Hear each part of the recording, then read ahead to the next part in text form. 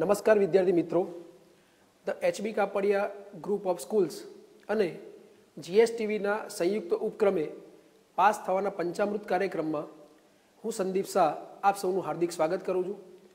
વિદ્યાર્થી મિત્રો, હવે બોર્ડની પરીક્ષાના ગણતરીના દિવસો બાકી રહ્યા છે, ત્યારે નામાના મૂળ તત્વો વિશે હું તમને થોડી ઘણી સમજ આપીશ કે જેથી તમને મહત્તમ માર્ક મેળવવામાં મદદરૂપ થાય. વિદ્યાર્થી મિત્રો, 100માંથી 100 લાવવા માટે દરેક સેક્શન ખૂબ જ મહત્વના છે. આમ છતાંય અત્યારે આપણે સેક્શન ઈ અને એફ, જેમાં 5 જ દાખલા એવા છે જેનો કુલ ગુણભાર 48 માર્ક્સનો છે. આ 5 દાખલા વિશે હું તમને થોડી ઘણી સમજૂતી આપવા પ્રયત્ન કરીશ. સૌપ્રથમ વિદ્યાર્થી મિત્રો, સેક્શન ઈ જેનો કુલ ગુણભાર 24 છે, જેમાં 3 દાખલા પૂછાય છે.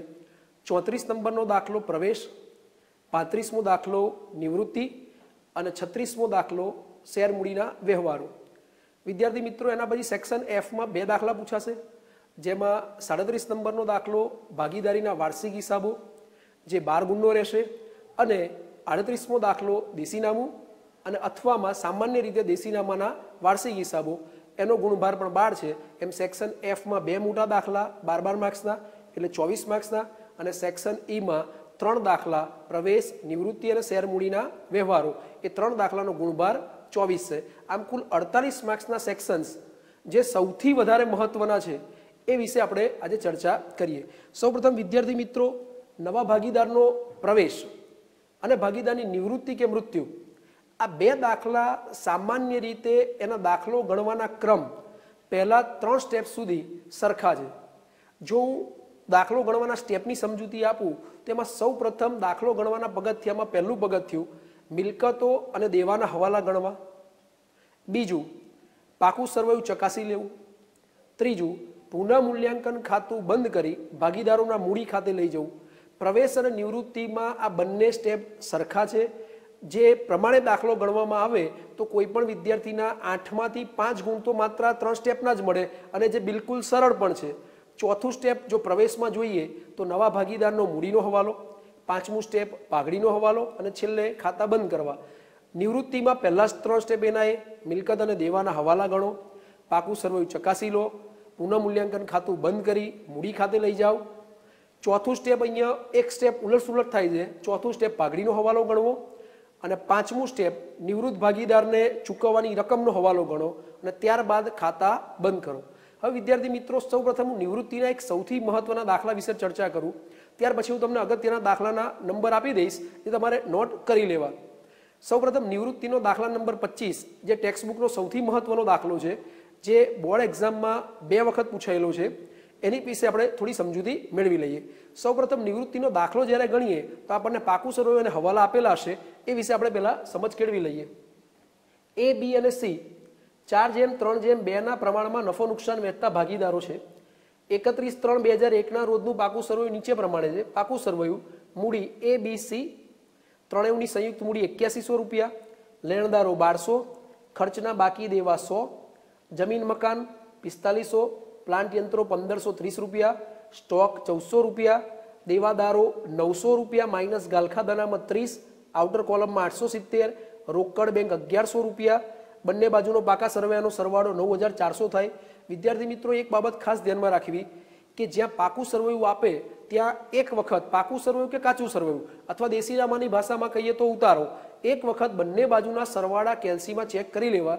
એક વખત બોર્ડમાં એવું બન્યું હતું કે કાચું સરવૈયું બંને બાજુ સરભર નહોતું, એટલે જવાબ લાવવામાં તકલીફ પડે. તે વખતે આપણે નોંધ મૂકીને કોઈ ફેરફાર કરી શકાય. એટલે કાચું સરવૈયું અથવા પાકું સરવૈયું એક વખત ચેક કરી લેવું. વધારાની માહિતી: સીએ પેઢીમાંથી છૂટા થવાની નોટિસ આપી. નીચેની હિસાબી અસરો પેઢીના ચોપડે આપવાનું નક્કી થયું. જમીન મકાનની કિંમત 20% વધારો, સ્ટોકમાં 10% વધારો કરવો, ગાલખા દનામતની હવે જરૂર નથી, પેઢીની પાઘડી 1800 નક્કી થઈ, જે ચોપડે બતાવવાની છે.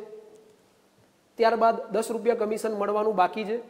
સીની લેણી રકમ 2000 લોન તરીકે રાખો, બાકીની રકમ રોકડેથી ચૂકવો. કાર્યશીલ મૂડી માટે 2000 રોકડા રાખો. ચાલુ ભાગીદારો તેમની મૂડી નફા નુકસાનના નવા પ્રમાણમાં 3:2માં રાખશે અને રોકડા લાવશે કે લઈ જશે. આ માટે જરૂરી ખાતા તૈયાર કરી નવું પાકું સરવૈયું તૈયાર કરો. હવે વિદ્યાર્થી મિત્રો, આ દાખલો ગણતી વખતે સૌથી મહત્વનો મુદ્દો પ્રવેશ અને નિવૃત્તિ બંનેમાં 4 ખાતા કોમન જ છે। સૌપ્રથમ પુનઃમૂલ્યાંકન ખાતું તૈયાર કરવું અથવા એનું બીજું નામ નફા નુકસાન હવાલા ખાતું પણ છે। ત્યારબાદ ભાગીદારોના મૂડી ખાતા તૈયાર કરો, રોકડ બેંક ખાતું તૈયાર થાય અને 31/3/2005 રોજનું વહી શબ્દ લખવાનું, રોજનું પાકું સરવૈયું એટલે પાકું સરવૈયું તૈયાર થાય। વિદ્યાર્થી મિત્રો, આ 4 કોલમ પ્રવેશ અને નિવૃત્તિ બંનેમાં સરખા છે। ફરી એકવાર રિપીટ કરું, પ્રવેશ અને નિવૃત્તિના કોઈ પણ દાખલામાં પહેલા 3 સ્ટેપ સિમિલર છે, જે સરખી રીતે જ ગણાય અને એ 3 સ્ટેપ જો અનુસરવામાં આવે તો કોઈ પણ વિદ્યાર્થીના, એ હોશિયાર હોય કે ગમે તે વિદ્યાર્થી હોય, એના 8માંથી 5 અથવા 6 માર્ક્સ તો આરામથી આવે। ત્યાર પછી પાઘડી અને નિવૃત્ત ભાગીદારનો હવાલો કરો અથવા પાઘડી અને નવા ભાગીદારનો હવાલો કરો, જેથી 8માંથી 8 માર્ક્સ સરળતાથી મેળવી શકાય। હવે વિદ્યાર્થી મિત્રો, સૌપ્રથમ આપણે મિલકત અને દેવાના હવાલા જોઈ લઈએ। જમીન મકાનની કિંમતમાં 20% વધારો કરવો। જમીન મકાન 4500 રૂપિયા આપેલા છે, જેના 20% 900 રૂપિયા થાય। આ વધારો થાય એટલે ફાયદો ગણાય, ફાયદો થાય તો પુનઃમૂલ્યાંકન ખાતું જમા થાય એટલે જમીન મકાન ખાતે વધારો 900 રૂપિયા। હવે દરેક વિદ્યાર્થી જાણે છે દરેક હવાલાની 2 અસર આવે। જમીન મકાનમાં વધારો ફાયદો 900 રૂપિયા, જમીન મકાન જૂની કિંમત 4500 હતી વત્તા 900 વધારો, 4500 વત્તા 900 એટલે 5400 થશે। એટલે કોઈ પણ હવાલો છે મિલકત અને દેવાનો, એ આપણું સ્ટેપ નંબર 1 છે, દરેકની 2 અસર આવશે। હવે બીજો હવાલો, સ્ટોકની કિંમતમાં 10%નો વધારો કરવાનો છે। સ્ટોક દાખલામાં 1400 રૂપિયા આપેલો છે, જેના 10% વધારો કરવો એટલે કે 1400 ના 10% 140 રૂપિયા થશે।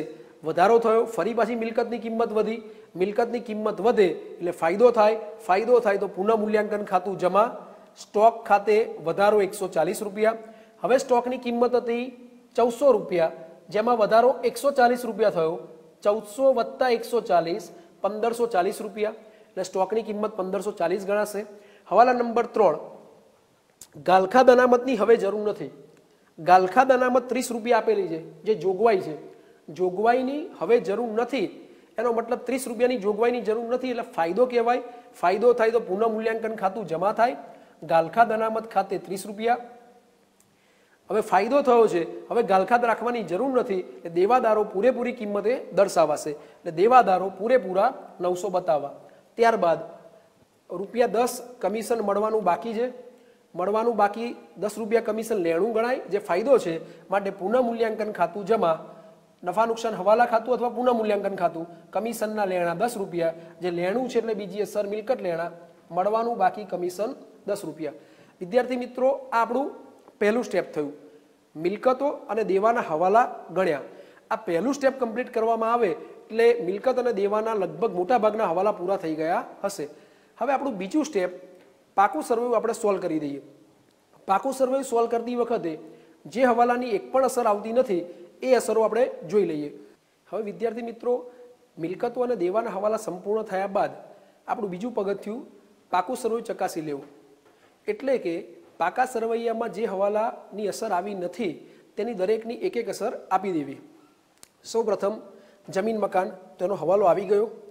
પ્લાન્ટ યંત્રો વિદ્યાર્થી મિત્રો 1530, એને લગતો કોઈ હવાલો આવ્યો નથી એટલે પ્લાન્ટ યંત્રો મિલકત લેણા બાજુ 1530 બતાવી દેવા, જે આ રીતે દર્શાવી દો। મિલકત લેણા બાજુ પ્લાન્ટ અને યંત્રો 1530, જે હવાલાની કોઈ અસર ના આવતી હોય, હવાલામાં એને ઇફેક્ટ ના આવતી હોય, દરેકની એક એક અસર આવે, જે હવાલામાં આવે છે એ દરેકની 2 અસર આપણે આપી દીધી। ત્યાર પછી સ્ટોકનો હવાલો આવી ગયો, દેવાદારોનો હવાલો આવી ગયો, રોકડ અને બેંક, રોકડ અને બેંક સિલક 1100 રૂપિયા છે, એના માટે પર્ટિક્યુલર આપણે એક ખાતું બનાવેલું છે। રોકડ અને બેંક એ આપણી મિલકત કહેવાય, મિલકતની ઉધાર બાકી હોય એટલે રોકડ અને બેંક ખાતામાં ઉધાર બાજુ બાકી આગળ લાવ્યા 1100 રૂપિયા દર્શાવેલા છે।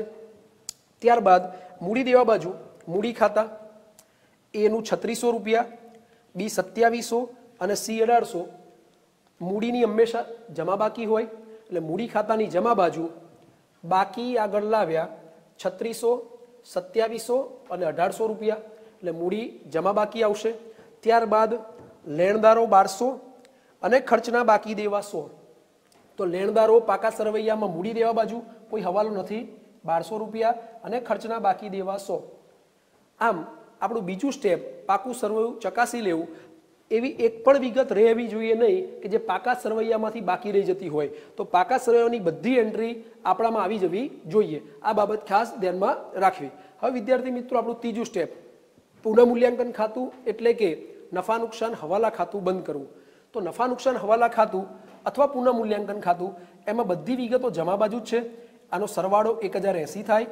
આ સરવાળો સામે મૂકી દઈએ 1080. અહીંયા ઉધાર બાજુ ખૂટતી રકમ, ઉધાર બાજુ બીજી કોઈ વિગત જ નથી એટલે ઉધાર બાજુ ખૂટતી રકમ 1080 આવશે, જે નફો કહેવાય, જે ભાગીદારોના મૂડી ખાતે નફા નુકસાનના પ્રમાણમાં એટલે કે 4:3:2 ના પ્રમાણમાં વેચી દેવું. આ 1080 ને 4:3:2 ના પ્રમાણમાં વેચતા એના ભાગે 480, બીના ભાગે 360 અને સીના ભાગે 240 રૂપિયા આવશે. એટલે અહીં આમનો જ થાય નફા નુકસાન હવાલા ખાતે ઉધાર તે મૂડી ખાતે જમા. આ ત્રણેય જે રકમ હોય ઉધાર બાજુ ખૂટી એ મૂડી ખાતાના જમા બાજુ લઈ લેવી. એટલે કે અહીંયા આવશે નફા નુકસાન હવાલા ખાતે નફો, એમાં 480 રૂપિયા, બીમાં 360 રૂપિયા અને સીમાં 240 રૂપિયા. આ ત્રણ સ્ટેપ સુધી મેં તમને જે ચર્ચા કરી તે પ્રવેશ અને નિવૃત્તિમાં સરખી છે. હવે નિવૃત્તિમાં ચોથું સ્ટેપ આપણું પાઘડીનો હવાલો ગણવો. હવે એમાં ધ્યાન રાખવું પાઘડી ખાતું ચોપડે દર્શાવેલું છે કે પાઘડી ખાતું ચોપડે દર્શાવેલ નથી. અહીંયા પાઘડી ખાતું પાકા સરવૈયામાં આપણને દર્શાવેલું નથી. તો દર્શાવેલ ના હોય એ મુદ્દા વિશે આપણે ચર્ચા કરીએ. પેઢીની પાઘડીની કિંમત 1800 નક્કી થઈ, જે ચોપડે બતાવવાની છે. એનો મતલબ કે પાઘડી ખાતું દર્શાવેલું નથી અને પાઘડી 1800 રૂપિયા નક્કી થઈ, જેની આમનો જ વિદ્યાર્થી મિત્રો થાય પાઘડી ખાતે ઉધાર તે ભાગીદારોના મૂડી ખાતે જમા નફા નુકસાનનું જૂનું પ્રમાણ. અને પાઘડી પાકા સરવૈયામાં મિલકત લેણા બાજુ આવશે અને મૂડી ખાતાની જમા બાજુ દર્શાવાશે.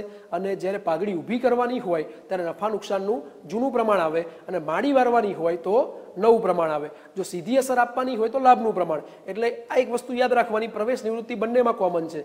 જો પાઘડી ખાતું ઊભું કરવામાં આવે તો જૂનું પ્રમાણ, માડી વારવામાં આવે તો નવું પ્રમાણ, સીધી અસરમાં પ્રવેશમાં ત્યાગનું પ્રમાણ આવે અને નિવૃત્તિમાં લાભનું પ્રમાણ આવશે. હવે પાઘડી નક્કી થઈ છે એટલે પાઘડી ખાતે ઉધાર 1800 રૂપિયા તે ભાગીદારોના મૂડી ખાતે જમા. આ 1800 રૂપિયાને 4:3:2 માં વેચવામાં આવે તો એના ભાગે 800 રૂપિયા આવશે, બીના ભાગે 600 રૂપિયા આવશે અને સીના ભાગે 400 રૂપિયા. એટલે પાઘડી ખાતે 800, 600 અને 400, જેની આમનો થાય પાઘડી ખાતે ઉધાર 1800 તે એના મૂડી ખાતે 800, બીના મૂડી ખાતે 600 અને સીના મૂડી ખાતે 400. આમ જો પાઘડીની અસર તમને આવડી ગઈ તો નિવૃત્તિ મોસ્ટ ઓફ તમારો દાખલો આખો સંપૂર્ણપણે સાચો પડવાની શક્યતા સૌથી વધારે છે. એટલે પાઘડીનો પોઈન્ટ ધ્યાનથી ગણવો જોઈએ. હવે પાઘડીનો મુદ્દો પતી જાય એટલે નિવૃત્તિના દાખલાના 4 સ્ટેપ આપણા કમ્પ્લીટ થયા. પાંચમું સ્ટેપ નિવૃત્ત ભાગીદારનો હવાલો સોલ્વ કરવો. એ સોલ્વ કરતા પહેલા નિવૃત્ત ભાગીદારનો ટોટલ કરી દેવું. અહીં 1800, 240 અને 400. નિવૃત્ત ભાગીદારને ટોટલ 2440 સરવાળો થાય છે. ઉધાર બાજુ કોઈ રકમ રહેતી નથી. નિવૃત્ત ભાગીદારને ટોટલ 2440 રૂપિયા ચૂકવવાના છે. આ 2440 રૂપિયા કઈ રીતે ચૂકવવાના એની દાખલામાં સૂચના હશે. જો સૂચના ન હોય તો આપણી પાસે જેટલી રકમ કેશ પડી હોય એટલી કેશ ચૂકવી દો. જો રકમ ખૂટે તો લોન તરીકે રાખો, પણ દાખલામાં આપેલી સૂચનાને અનુસરવું. સૂચના ના હોય તો કેશ હોય તો કેશ ચૂકવો અને બાકીની રકમ લોન તરીકે રાખો. અહીંયા સીની લેણી નીકળતી રકમ પૈકી 2000 લોન તરીકે રાખવા અને બાકીની રકમ રોકડેથી ચૂકવવી. સીને ટોટલ 2440 રૂપિયા ચૂકવવાના છે, જેમાં 2000 લોન રાખવાની અને બાકીની રકમ રોકડેથી ચૂકવવાની. 2440 માંથી સીની લોન 2000, 2440 માંથી હું 2000 બાદ કરું, બાકી રકમ ખૂટશે 440, જેને રોકડેથી ચૂકવવા. એટલે અહીં લખવામાં આવશે સીની લોન ખાતે 2000 અને રોકડ ખાતે 440. વિદ્યાર્થી મિત્રો ફરી આ હવાલો છે, દરેકની બે અસર આવે. સીની લોન પેઢી માટે દેવું કહેવાય, દેવું છે એટલે મૂડી દેવા બાજુ. સીની લોન 2000 અને રોકડા ચૂકવવાના છે 440. અહીંયા ઉધાર બાજુ છે એટલે રોકડ ખાતાની જમા બાજુ. સીના મૂડી ખાતે 440. હવે વિદ્યાર્થી મિત્રો આ દાખલો મેં તમને કહ્યું બોર્ડની એક્ઝામમાં 2 વખત પૂછાયેલો છે. જે મુખ્ય હવાલો છે કાર્યશીલ મૂડી એની આપણે ચર્ચા કરી લઈએ. કાર્યશીલ મૂડી તરીકે 2000 રોકડા રાખવા. હવે વિદ્યાર્થી મિત્રો કાર્યશીલ મૂડી એટલે શું? તો કાર્યશીલ મૂડી એટલે કે આખરની રોકડ સિલક. આખરની રોકડ સિલક રોકડ બેંક ખાતાની જમા બાજુ બાકી આગળ લઈ ગયા તરીકે દર્શાવી દો. ફરી એક વખત, જો દાખલામાં કાર્યશીલ મૂડી આપી હોય તો તેને આખરની રોકડ સિલક કહેવાય, જે બાકી આગળ લઈ ગયા તરીકે દર્શાવો. આ બાકી આગળ લઈ ગયા 2000 દર્શાવી દીધા. બાકી આગળ લાવે શરૂઆતની રોકડ સિલક, બાકી આગળ લઈ ગયા આખરની રોકડ સિલક. આ આખરની રોકડ સિલક મિલકત લેણા બાજુ દર્શાવી દો, રોકડ બેંક સિલક 2000. હવે જો દાખલામાં કાર્યશીલ મૂડી આપી હોય અને સાથે સાથે ચાલુ ભાગીદારો તેમની મૂડી નફા નુકસાનના નવા પ્રમાણમાં રાખવા માંગતા હોય, આ બંને મુદ્દા જો એક સાથે આપેલા હોય, નંબર 1 કાર્યશીલ મૂડી અને નંબર 2 ચાલુ ભાગીદારો તેમની મૂડી નફા નુકસાનના નવા પ્રમાણમાં રાખવા માંગતા હોય, જો આ બંને પોઈન્ટ દાખલામાં એક સાથે આપેલા હોય તો પુનઃમૂલ્યાંકન પછી આ દાખલો આખો ઊંધેથી ગણાય. એટલે કે સૌપ્રથમ તમારે પાકું સરવાળું ક્લોઝ કરવું પડે.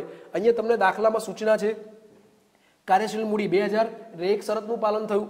બીજું ચાલુ ભાગીદારો તેમની મૂડી નફા નુકસાનના નવા પ્રમાણ 3:2 માં રાખશે એટલે બંને શરતોનું પાલન થયું એટલે આ દાખલો આખો ઊંધેથી ગણાશે. સૌપ્રથમ મિલકત લેણાનો સરવાળો કરવો 13,180.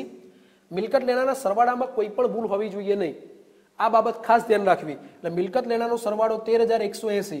આ સરવાળો મૂડી દેવા બાજુ મૂકી દો.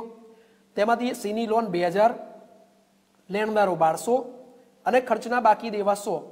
1, 2 અને 3 આ 3 રકમો બાદ કરતા અહીં રકમ આવશે 9,880. આ રકમ સી નિવૃત્ત થાય છે એટલે હવે ચાલુ ભાગીદારોની મૂડી કહેવાય, એ અને બી ની 9,880. આ નવી મૂડી છે જે તેમના નવા પ્રમાણમાં એટલે કે 3:2 માં રાખવામાં આવશે. આ 9,880 ને 3:2 ના પ્રમાણમાં વેચવામાં આવે તો એના ભાગે 5,928 અને બીના ભાગે 3,952 આવશે. આ મૂડી હંમેશા આપણે સામાન્ય રીતે મૂડી ખાતામાંથી મૂડી પાકા સરવૈયામાં લઈ જઈએ છીએ. અહીં પાકા સરવૈયામાંથી મૂડી ખાતામાં લાવીશું એટલે એમાં 5,928 અને બીમાં 3,952. આ મૂડી ખાતાની ઉધાર બાજુ બાકી આગળ લઈ ગયા તરીકે દર્શાવો. એની મૂડી 5,928 અને બીની મૂડી 3,952. હવે ફરી એક વખત ધ્યાનથી સાંભળજો વિદ્યાર્થી મિત્રો, જો પાકું સરવૈયું મિલકત લેણામાં કોઈ પણ વિગત ભૂલી ગયા, મિલકત લેણા અથવા મૂડી દેવા, જો મિલકત લેણામાં ભૂલી ગયા તો આ સરવાળો ખોટો આવે, આ સરવાળોમાં ભૂલ આવશે જેના કારણે મૂડી ખોટી આવે, એ મૂડી પણ અહીં તમે ખોટી લઈ જશો. એટલે આ જે ઊંધો દાખલો ગણવાનો છે એમાં એક પણ અસર બાકી રહેવી જોઈએ નહીં. આ મૂડી લાવી દીધા પછી મૂડી ખાતા બંધ કરવા. એ અને બી, સીનું મૂડી ખાતું ઓલરેડી આપણે પહેલેથી બંધ કરેલું જ છે. એ અને બીના મૂડી ખાતા બંધ કરતા જમા બાજુ 1,048 ખૂટશે અને બીમાં 292 ખૂટશે. એમાં 1,048 અને બીમાં 292. આપણે હવાલા ખાતું ક્લોઝ કરી દીધું, પાકું સરવૈયું ક્લોઝ કર્યું. હવે મૂડી ખાતા બંધ કરતા જે રકમ ખૂટે એ રોકડ બેંક ખાતે લઈ જવાય. એટલે 1,048 અને 292 મૂડી ખાતામાં જમા બાજુ ખૂટ્યા છે એટલે રોકડ બેંકમાં ઉધાર બાજુ આવશે. એના મૂડી ખાતે 1,048 અને બીના મૂડી ખાતે 292. આમ કરતા જો રોકડ બેંક ખાતું બંને બાજુ સરભર થાય તો આપણો દાખલો સાચો ગણાય. અહીં રોકડ બેંક ખાતું 2440 બંને બાજુ સરભર થશે. સામાન્ય રીતે બધા દાખલા નિવૃત્તિના એવા પૂછાય કે આ હવાલા ખાતું ક્લોઝ કરી મૂડી ખાતે, મૂડી ખાતા ક્લોઝ કરી પાકા સરવૈયામાં, રોકડ બેંક ક્લોઝ કરી પણ પાકા સરવૈયામાં. પણ આ દાખલો વિશિષ્ટ પ્રકારનો છે. પાકું સરવૈયું પુનઃમૂલ્યાંકન બંધ કરી દીધા પછી પાકું સરવૈયું બંધ કરી મૂડી ખાતે અને મૂડી ખાતા બંધ કર્યા પછી રોકડ ખાતે લાવવાથી રોકડ બેંક ખાતું બંને બાજુ સરભર થશે. પણ આવો ઊંધેથી દાખલો ગણવો એવા સિલેક્ટેડ દાખલા ટેક્સ્ટ બુકમાં છે, જેમાં 25મો દાખલો સૌથી મહત્વનો હતો. એના જેવો ઉદાહરણ 17 પણ છે, એ પણ ધ્યાન રાખવું. હવે વિદ્યાર્થી મિત્રો, આ ઊંધેથી દાખલો ગણવાની બે અનિવાર્ય શરતો ફરી એકવાર તમારી સમક્ષ રિપીટ કરી દઉં, બરાબર ધ્યાનથી સાંભળજો. જો દાખલામાં કાર્યશીલ મૂડી તરીકે આખરની રોકડ સિલક આપેલી હોય 2,000 રૂપિયા અને ચાલુ ભાગીદારો તેમની મૂડી નફા નુકસાનના નવા પ્રમાણમાં રાખવા માંગતા હોય 3:2, આ બે શરતો હોય તો જ દાખલો આ રીતે ઊંધેથી ગણવો. હવે વિદ્યાર્થી મિત્રો, થોડા દાખલા કે જે પ્રવેશ, નિવૃત્તિ, શેર મૂડી અને વાર્ષિક હિસાબો અને દેશી નામું જે મહત્વના છે એની એક માત્ર દાખલા નંબર ટેક્સ્ટ બુકના તમને આપી દઉં, જે નોટ કરી લેવા વિનંતી છે. નવા ભાગીદારના પ્રવેશમાં વિદ્યાર્થી મિત્રો એક દાખલા નંબર 24, દાખલા નંબર 26, આ બે દાખલા પ્રીમિયમ પદ્ધતિના છે. દાખલો 27, દાખલો 30 આ બંને પુનઃમૂલ્યાંકનના છે. ત્યારબાદ દાખલો 34, 35 અને 36 આ 3 દાખલા સૌથી મહત્વના છે. 34મો દાખલો ટેક્સ્ટ બુકનો જાનકી, એકતા અને ડોલી જે બોર્ડની એક્ઝામમાં 2 વખત પૂછેલો છે, 2 અથવા 2 કરતાં પણ વધારે વખત. એના જેવું જ એક બીજું ઉદાહરણ 32 છે, રાજ, આનંદ અને પરાગ. આ 2 દાખલા સૌથી મહત્વના છે, જેમાં નવા ભાગીદારની મૂડી શોધવાનો દાખલો છે. અને પ્રવેશમાં સૌથી સરળ પણ જોખમી દાખલો દાખલા નંબર 36મો છે, જેમાં બધા જ ભાગીદારો તેમની મૂડી અને પાકા સરવૈયામાં જે મિલકતો અને દેવા છે એ જૂની કિંમતે રાખવા માંગે છે અને મૂડી પણ નવા પ્રમાણમાં રાખવા માંગે છે. એવો 35મો અને 36મો દાખલો. 36મો દાખલો એટલા માટે વિશેષ છે કે મિલકતો અને દેવા જૂની કિંમતે જ ચાલુ રાખવા માંગે છે, જેથી જો બે અસર પહેલેથી આપી દેવામાં આવે તો ગૂંચવણ ઊભી થાય. એટલે પ્રવેશમાં જો ખાસ ગણવા જેવા દાખલા હોય, ફરી એક વખત 24, 26, દાખલા નંબર 27, દાખલા નંબર 30, દાખલા નંબર 34, 35 અને 36. આમાં 34, 35 અને 36ના દાખલા ઉપર સૌથી વધારે ભાર આપવું. હવે વિદ્યાર્થી મિત્રો નિવૃત્તિની જો વાત કરીએ તો દાખલા નંબર 23, એક આ દાખલો ગણ્યો, દાખલા નંબર 25, દાખલો 26, દાખલા નંબર 28. આ 4 દાખલા નિવૃત્તિના અને ખાસ કરીને ઉદાહરણ 17, ઉદાહરણ 18 અને ઉદાહરણ 19, આ 3 ઉદાહરણ ઉપર ખાસ ધ્યાન રાખવું. હવે વિદ્યાર્થી મિત્રો આ પ્રવેશ અને નિવૃત્તિની વાત થઈ. ત્યારબાદ શેર મૂડીના જે વ્યવહારો છે એમાં સામાન્ય રીતે બોર્ડ એક્ઝામમાં જપ્તીવાળો જ દાખલો પૂછાય. કોઈક વાર નસીબથી શેર જપ્તીના મુદ્દો ના હોય એવો દાખલો કોઈક વખત પૂછાઈ શકે. તો વિદ્યાર્થી મિત્રો શેર મૂડીમાં કયા દાખલા ગણવા? તો સ્વાભાવિક છે, કોઈ પણ શિક્ષક તમને આવી સલાહ આપે 23 થી 30 નંબર સુધીના દાખલા શેર જપ્તીના છે, જે સરસ રીતે રિવિઝન કરવાથી, એનું વારંવાર પુનરાવર્તન કરવાથી 23 થી 30 સુધીના દાખલા કરવાથી 8માંથી 8 માર્ક્સ પૂરેપૂરા લાવી શકાય. જેમાં દાખલા નંબર 23 અને દાખલા નંબર 29 આ બંને દાખલા મૂળ કિંમત અને જપ્તીના છે. એટલે મૂળ કિંમત અને જપ્તીના 2 દાખલા 23 અને 29. ત્યારબાદ પ્રીમિયમ અને જપ્તીના દાખલામાં 24મો દાખલો, 26મો, 27મો, 28મો અને 30મો, આ 5 દાખલા એવા છે જે પ્રીમિયમ અને જપ્તીના છે. અને એક જ દાખલો વટાવ અને જપ્તીનો છે, દાખલા નંબર 25. એટલે જપ્તીના ટોટલ 8 દાખલા છે. 2 દાખલા 23 અને 29 મૂળ કિંમત જપ્તી, 5 દાખલા પ્રીમિયમ અને જપ્તી અને 1 દાખલો વટાવ અને જપ્તી. હવે વિદ્યાર્થી મિત્રો સેક્શન F, જેમાં વાર્ષિક હિસાબો અને દેશી નામું. તો વાર્ષિક હિસાબોમાં કયા દાખલા ગણવા? તો વિદ્યાર્થી મિત્રો આમાં તો મારો આગ્રહ રહેશે કે પાઠ્યપુસ્તકના એક ઉદાહરણ અને દાખલા ગણી લેવા. આ ઉપરાંત માર્ચ 2013 અને માર્ચ 2014, માર્ચ 2013નો દાખલો ખાસ પુનરાવર્તન કરી લેવું. માર્ચ 2014, 2012, એટલે 12, 13 અને 14 આ 3 દાખલા સારા છે. જેમાં માર્ચ 2011માં પાછું એક ટેક્સ્ટબુકનું ઉદાહરણ પૂર્ણિમા અને ચાંદની પૂછેલું હતું. પછી માર્ચ 2006માં નરેન્દ્રલાલ નવનીતલાલ ટેક્સ્ટબુકનો દાખલો છે. માર્ચ 2007-8માં ટેક્સ્ટબુકના 13મા દાખલા રિલેટેડ છે. એટલે બોર્ડના બધા દાખલા વાર્ષિક હિસાબના. આ ઉપરાંત વાર્ષિક હિસાબમાં કોઈ પણ જોખમ ન લેવાય. પાઠ્યપુસ્તકના બધા દાખલા, હવાલા અને ઉદાહરણ બધું સંપૂર્ણપણે વાર્ષિક હિસાબમાં તૈયાર કરવું. હવે વિદ્યાર્થી મિત્રો દેશી નામું અને દેશી નામાના વાર્ષિક હિસાબો. તો સામાન્ય રીતે બધા પૂછતા હોય તો કયું ચેપ્ટર ગણવું? તો બંને ચેપ્ટરને સમાન મહત્વ આપવું. સામાન્ય રીતે એકબીજાની અથવામાં પૂછાતા હોય છે, પણ 2 પેપરમાં એવું બન્યું છે કે દેશી નામાની ઓરમાં જ દેશી નામું. એટલે જે વિદ્યાર્થીએ એટલું વાર્ષિક હિસાબ કર્યું હોય તો એને નુકસાન જાય. માર્ચ 2011 અને જુલાઈ 2011 એમાં દેશી નામાની ઓરમાં દેશી નામું જ પૂછાયેલું હતું. હવે વિદ્યાર્થી મિત્રો દેશી નામામાં કયા દાખલા? તો દેશી નામા પદ્ધતિમાં દાખલા નંબર 14, દાખલા નંબર 15, દાખલા નંબર 16, દાખલા નંબર 20 અને દાખલા નંબર 21 અને 22. આ 5 દાખલા એવા છે, જો આ 5 દાખલા બરાબર ધ્યાનથી ગણી લેવામાં આવે તો મોટા ભાગે સંપૂર્ણ દેશી નામું કવર થાય. અને દેશી નામાના વાર્ષિક હિસાબોમાં કોઈ પણ 4 કે 5 દાખલા પાઠ્યપુસ્તકના ગણવા દેશી નામાના વાર્ષિક હિસાબો પ્રમાણમાં સરળ છે. વિદ્યાર્થી મિત્રો આજે આપણે સેક્શન E અને સેક્શન F, સેક્શન E 24 માર્ક્સનું અને સેક્શન F પણ 24 માર્કનું, એમ કુલ 48 માર્ક્સ વિશે ચર્ચા કરી. આ 48 માર્ક્સમાંથી તમારા પૂરેપૂરા 48 માર્ક્સ લાવવા હોય તો મેક્સિમમ પ્રેક્ટિસ અને બોર્ડના પેપરના મેક્સિમમ દાખલા ગણવા, પાઠ્યપુસ્તકને આધારિત દાખલા ગણવા, જેથી મહત્તમ માર્ક્સ લાવી શકાય. બાબત જે લખવાનું ભૂલવું નહીં અને હેડિંગ પણ પૂરેપૂરા સંપૂર્ણ આપવા. ઉધાર જમા ખાસ લખવું. આમ કરવાથી તમારો અડધો માર્ક્સ પણ કપાશે નહીં. વિદ્યાર્થી મિત્રો આજે 48 માર્ક્સ વિશે વાત કરી, એમાંથી તમારા પૂરેપૂરા 48 માર્ક્સ આવશે એવી અમારી અપેક્ષા છે. અને હજુ અમારા નિષ્ણાત શિક્ષકો તમને દરેક વિષય વિશે આવું જ ગાઈડન્સ આપશે, જે તમને બોર્ડના પેપરમાં 100માંથી 100 માર્ક્સ લાવવા મહત્વનું પુરવાર